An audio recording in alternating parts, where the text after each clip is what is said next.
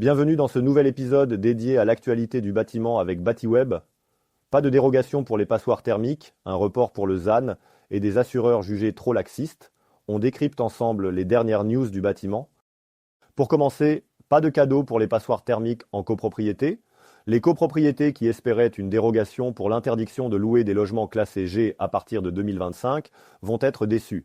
Malgré la complexité des travaux de rénovation en copropriété, nécessitant des votes, des financements et une gestion collective des chantiers, le ministre du Logement a confirmé qu'aucun assouplissement ne serait accordé. L'objectif reste clair, sortir les passoires thermiques du marché locatif et améliorer la performance énergétique du parc immobilier français. Problème, de nombreuses copropriétés dénoncent un manque de moyens et des délais trop courts pour mener à bien les travaux nécessaires. Un casse-tête qui risque d'entraîner une pénurie de logements locatifs, en particulier dans les grandes villes où le marché est déjà sous tension.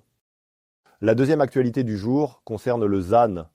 Le principe du zéro artificialisation nette impose aux collectivités de réduire drastiquement la consommation des sols pour limiter l'étalement urbain et préserver les espaces naturels.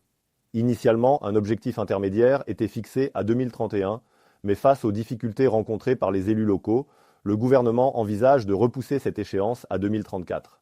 Pourquoi ce report ? Parce que les collectivités doivent revoir en profondeur leur plan d'urbanisme et que beaucoup estiment que le calendrier est trop serré. Le risque ? Un blocage des projets de construction et d'aménagement.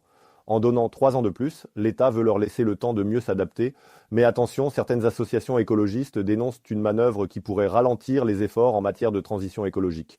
Selon elles, cette rallonge pourrait être un prétexte pour retarder les engagements environnementaux pris par la France. On finit par un sujet sur les assureurs trop indulgents avec les sinistrés. Un rapport de la Cour des comptes pointe du doigt la gestion des indemnisations des sinistres en France. Selon l'institution, les assureurs seraient trop généreux avec leurs clients, ce qui pourrait peser sur les finances publiques et entraîner une hausse des primes d'assurance.